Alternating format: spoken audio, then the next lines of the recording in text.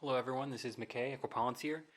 Today I'm going to be doing an unboxing of Dungeons & Dragons Adventures in the Forgotten Realms. I bought a box of set boosters and I thought I'd open them up. As far as a bit of introduction to who I am and what I'm going to be looking for, I've been a DM doing Dungeons & Dragons for, since the start of the pandemic. I've done 3 or 4 campaigns. I've been enjoying Dungeons & Dragons. I played Magic quite a bit when I was a kid. 95, 96, 97, around there. And a bit in teenage years. Haven't played in about 10 years, really. I've kind of followed along with what's going on. But I thought I'd pick this up because I've been interested in Dungeons & Dragons recently, and I thought, hey, this would be a fun thing to do. I'm going to do a booster draft with some friends tomorrow with the pre-release kits, but thought I'd do an unboxing. It came with the promo card. I've got it in the sleeve here. The Vorpal Sword. To be honest, I'm a little bit unimpressed by the vibrancy of the color, and I think that's because it's a foil. Like, it looks fancy, sure, but I'm not impressed with the foils. They're too vibrant. It's like they just want to foil everything, and so that makes it not stick out the way I would hope for a foil treatment. I played some Star Trek CCG. I played a lot of Star Trek CCG back in the day.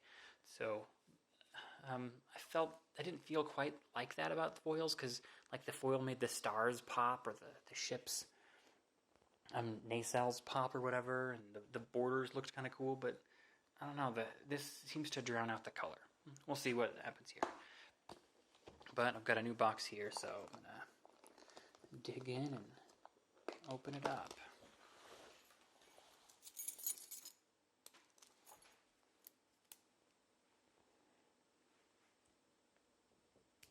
Should have been a little bit more prepared with having my scissors out.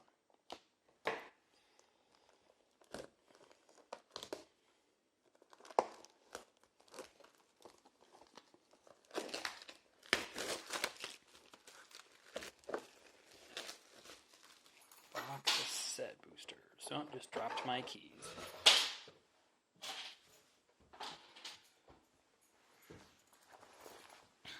Okay, let's open this up. I think this is supposed to go in here like this.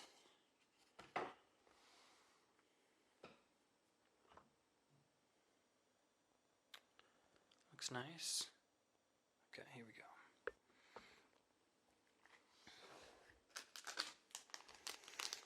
And oh, there's a nice little tear thing. It's not how you open packs. You're supposed to open them like. Oh, okay, well, I'll tear this side. Now, supposedly there's like an order to these that has a strong finish or something. I think I'm starting it on the front or the back. Oh, nope, that's the back. Oh, nice. That was one of the reasons I was kind of interested in these is these troll art cards. Ooh, it's a gold shiny one. I think only some of these, like 1 in 10 of the packs have that, so it's a good way to open things up.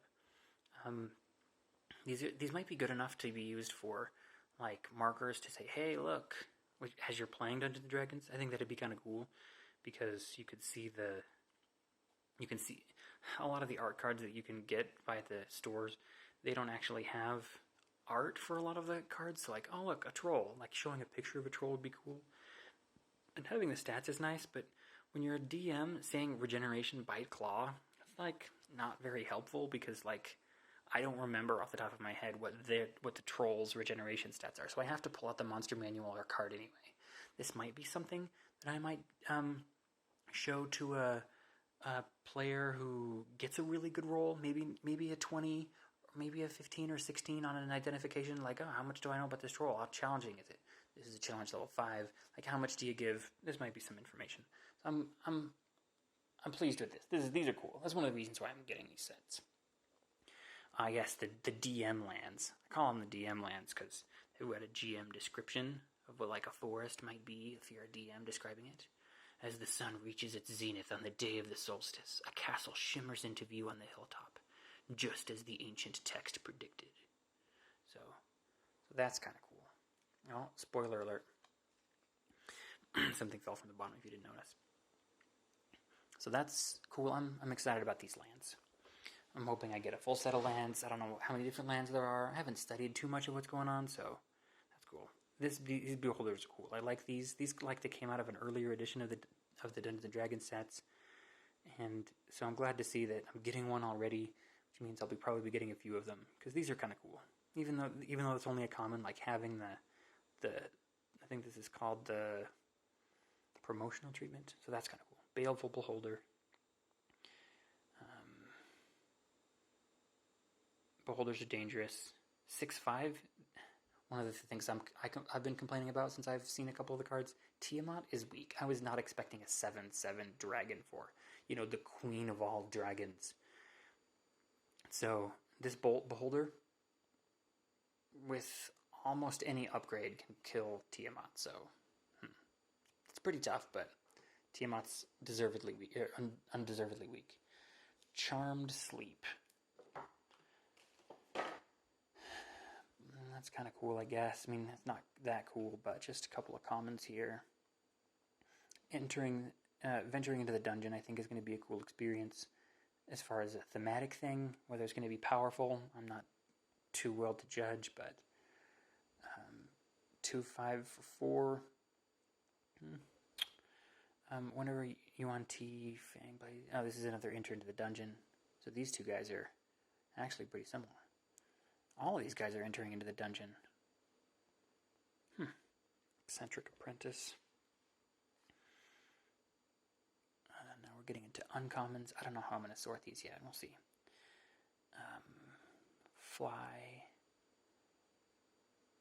Change creatures flying, and whenever it deals combat damage to a player, venture into the dungeon. So it's like adding on to it's a blue thing, maybe. Dealing the combat damage helps you into the dungeon. 50 feet of rope. I love this one. It's like, this is a very D&D flavored card, because you get 50 feet of rope. Like, in Magic the Gathering, might just say rope, or a grappling hook, or whatever. But in a Dungeons & Dragons character manual, it's always going to say